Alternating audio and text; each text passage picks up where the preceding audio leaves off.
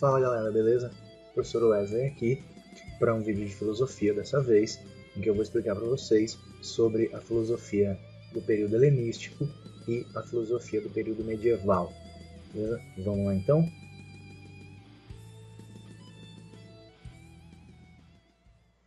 Não, galera, esse que vocês estão vendo não é o Chaves da Grécia Antiga. Ele é o Diógenes, né? O famoso filósofo grego que morava, né, num barril, só que, ao contrário do querido Chaves, ele morava num barril de propósito, porque essa ideia fazia parte da escola filosófica da qual Diógenes fazia parte. Vamos saber qual que ela era então? O Diógenes, ele fazia parte do grupo de filósofos conhecidos como cínicos, né? Qual era a ideia desse grupo filosófico?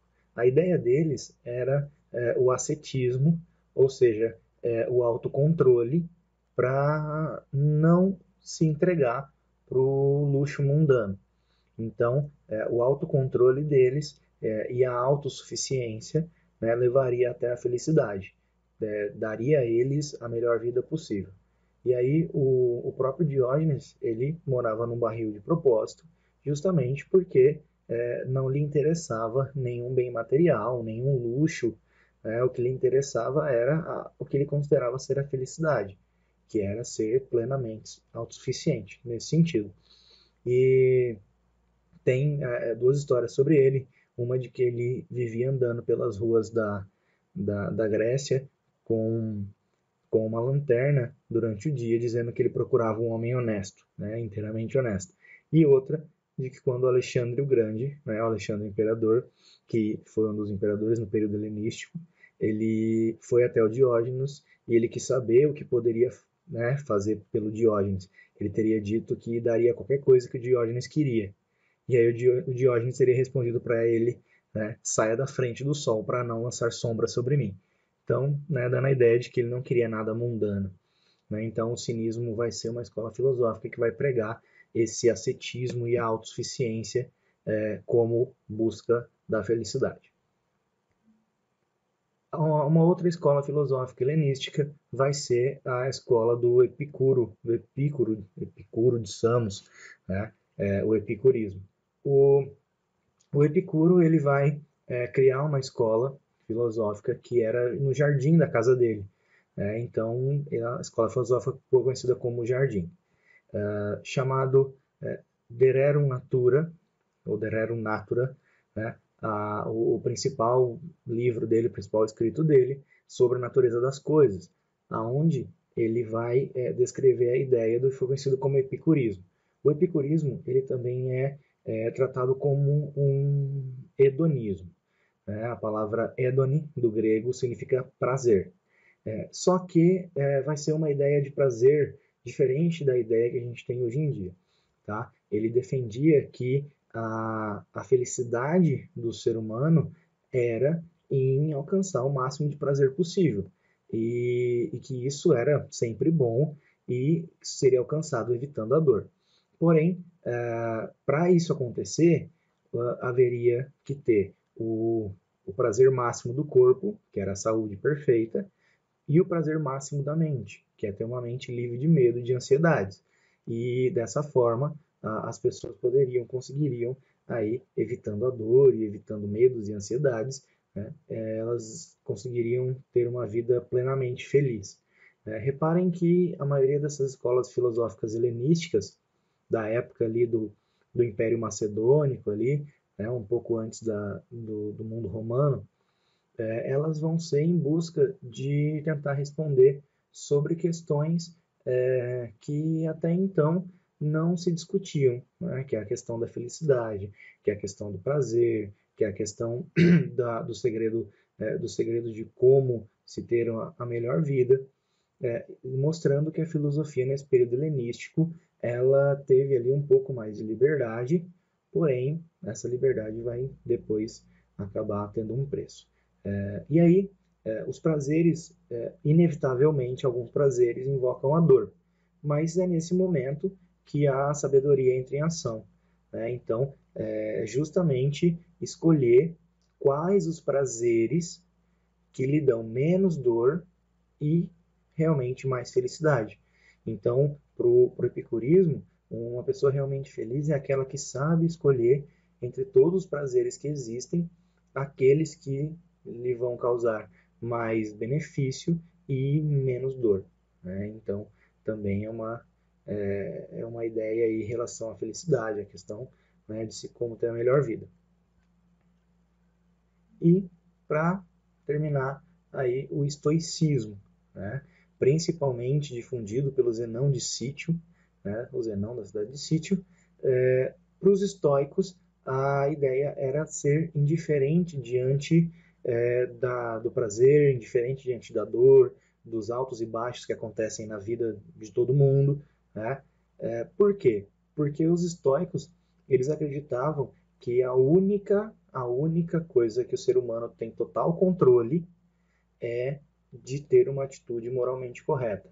Ou seja, nós não temos controle sobre o prazer e a dor, não temos controle, ou pelo menos não temos total controle sobre a felicidade e a tristeza que a gente passa em épocas diferentes da vida, porém, o que a gente tem controle é de ter sempre a capacidade de ter uma atitude moral correta, ou seja, de ser virtuoso, né, fundamentado no conhecimento, segundo ele. Então, a ideia dos estoicos vai ser essa, vai ser de que a felicidade ela vem do fato das pessoas saberem o que elas têm que fazer em qualquer circunstância, em qualquer época.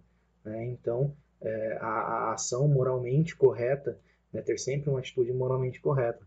E séculos depois, digamos que essa ideia vai ser retomada aí pelo Kant, né, com a ideia lá do imperativo categórico. Né? Então, essas são as principais escolas filosóficas aí do período helenístico. Então, para dar né, uma situada, o período helenístico, que é aquele período ali do Império Macedônico, né, do Império do Alexandre e dos seus sucessores, nesse período, a cultura grega foi disseminada pelas regiões conquistadas pelo Império, e isso durou até o século II a.C. E logo depois veio a dominação romana. Os romanos dominaram a região ali da Grécia, a região, né, da Anatólia, que era parte do Império, e grande parte do Oriente Médio.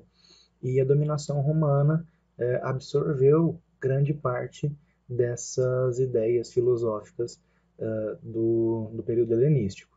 Então, essas ideias aí do ceticismo, do estoicismo, vão basear as ideias filosóficas aí dessa época do mundo romano. Só que depois do nascimento de Cristo e ali da introdução do século I, do século II depois de Cristo,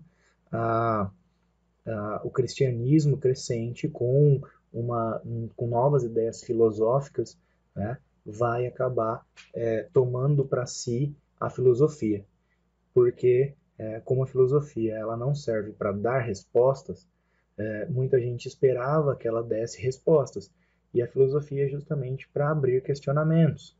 Então, vai ser considerado que a filosofia ela teve uma falha, né? Que essa questão dela não responder algumas questões, deixarem em aberto, vai ser uma falha da filosofia. E como o cristianismo estava em crescente ascensão, né? Estava crescendo em proporções, em poderes, o tema central da filosofia vai passar a ser a salvação. E aí nós temos a chamada teosofia, né? A filosofia feita para explicar a religião católica, principalmente. Né? Do século I ao século V, né, os principais filósofos vão ser religiosos e por isso vão ser chamados de gnósticos.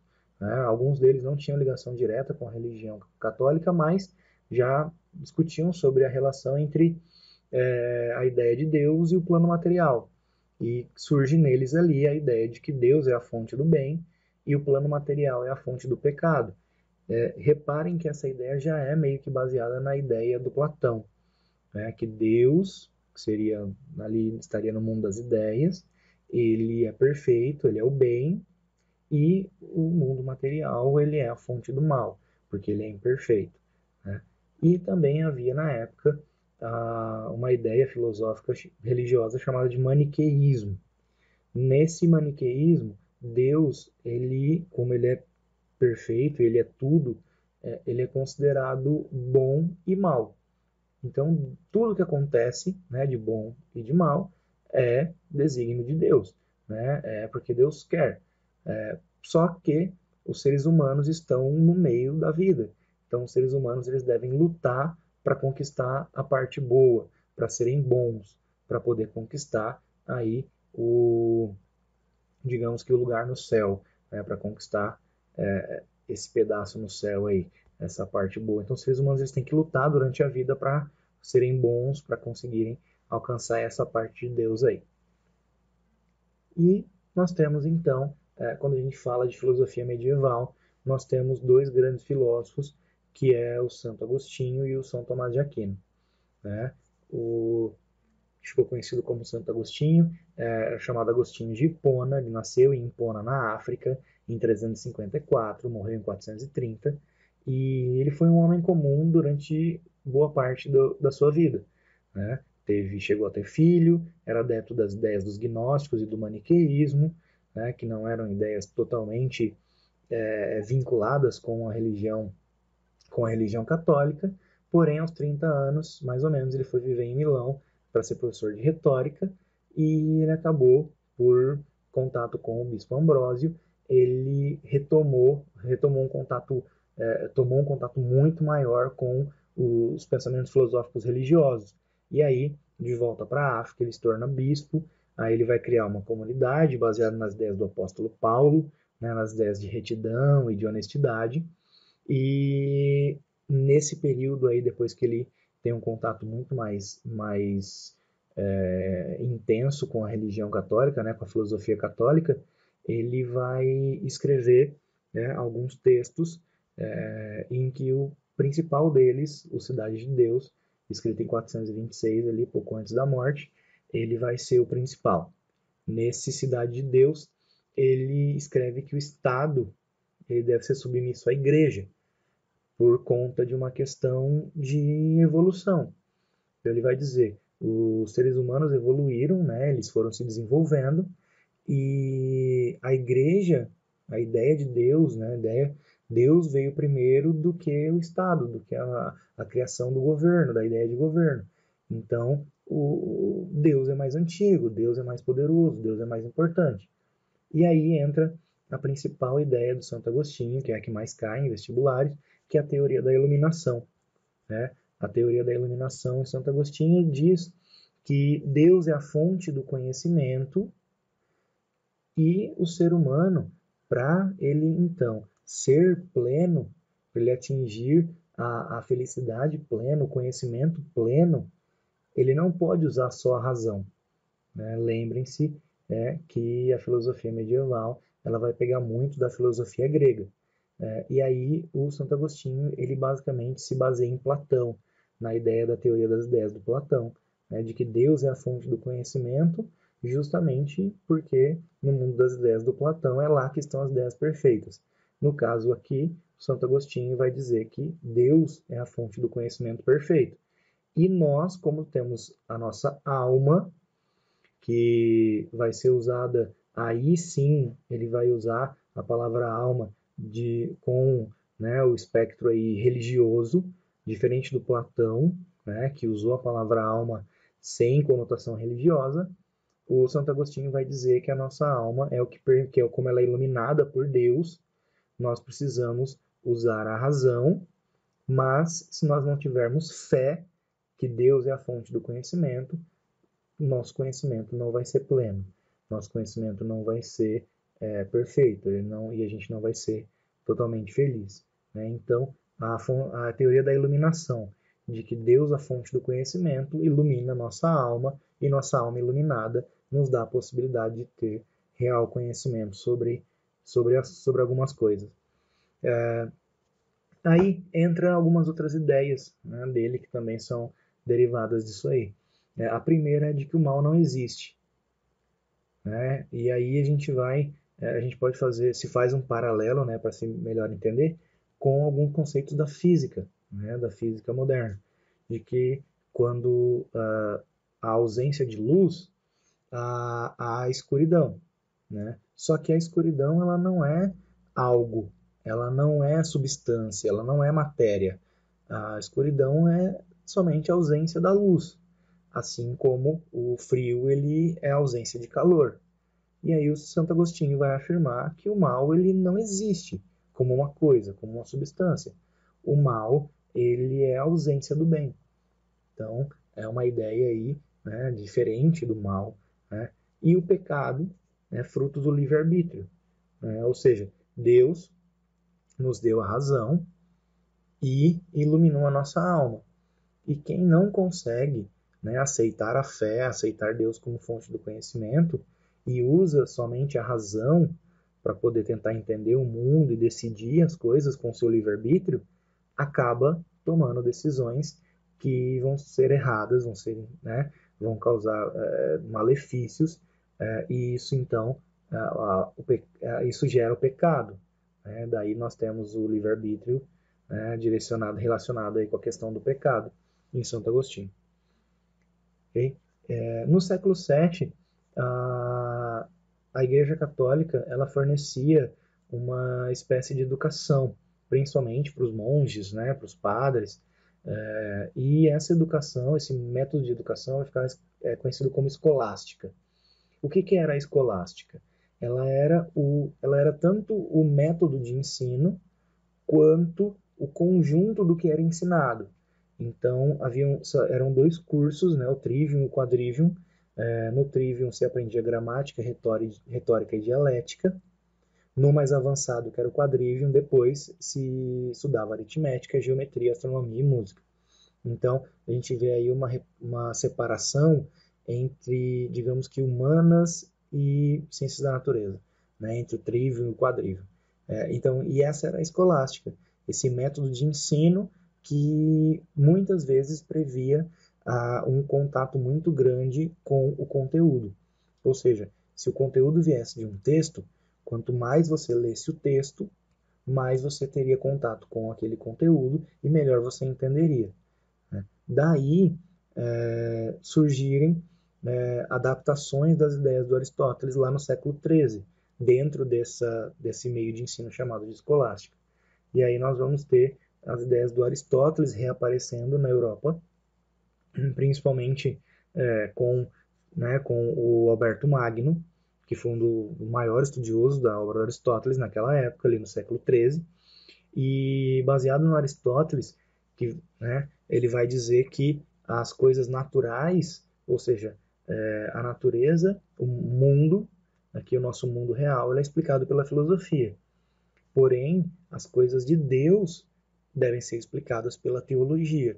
Então ele vai separar a filosofia da religião e vai dizer que as duas são importantes, né? Vai dar importância para as duas. É uma imagem para ilustrar aí um pouquinho, né, de uma aula escolástica ali na Idade Média, e passamos então para São Tomás de Aquino. São Tomás de Aquino era então acabou sendo o maior expoente aí das ideias aristotélicas da Idade Média. O São Tomás de Aquino, ele, por escritos, né, que foram usados para a doutrina, ele ganhou o título aí de Doctor Angelicus, né, de um doutor aí com uma competência, com uma importância quase de um anjo, né, ganhando o título de Doctor Angelicus. Dois princípios norteavam as obras dele.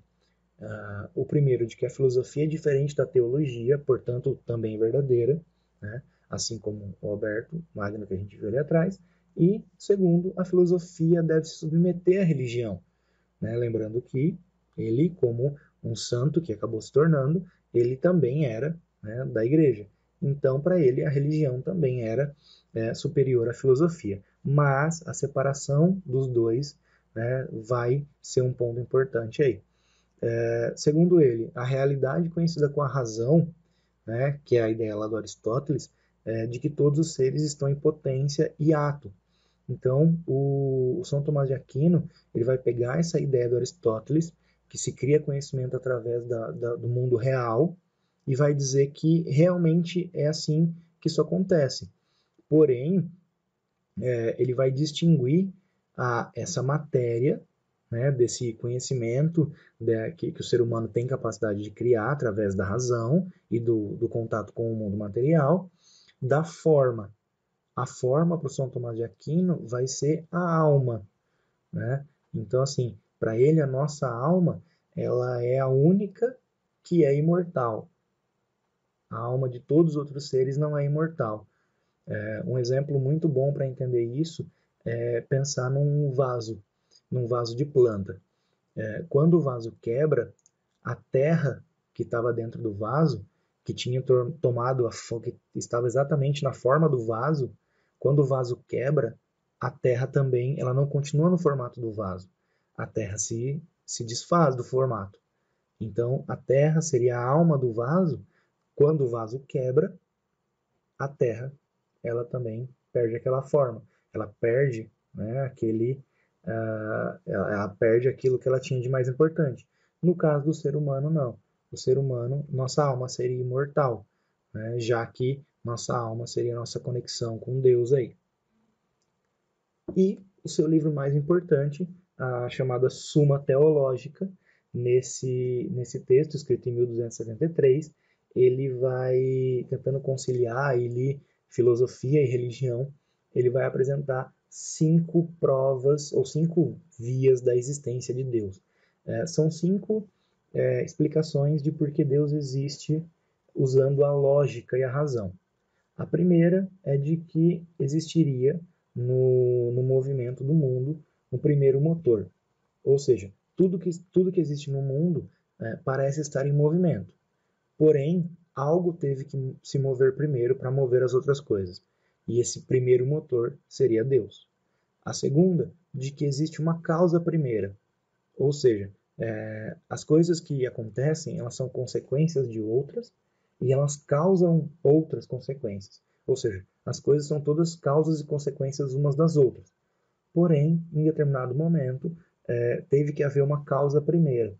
Algo teve que causar uma consequência sem ter acontecido nada antes. Então, Deus seria essa primeira causa, né?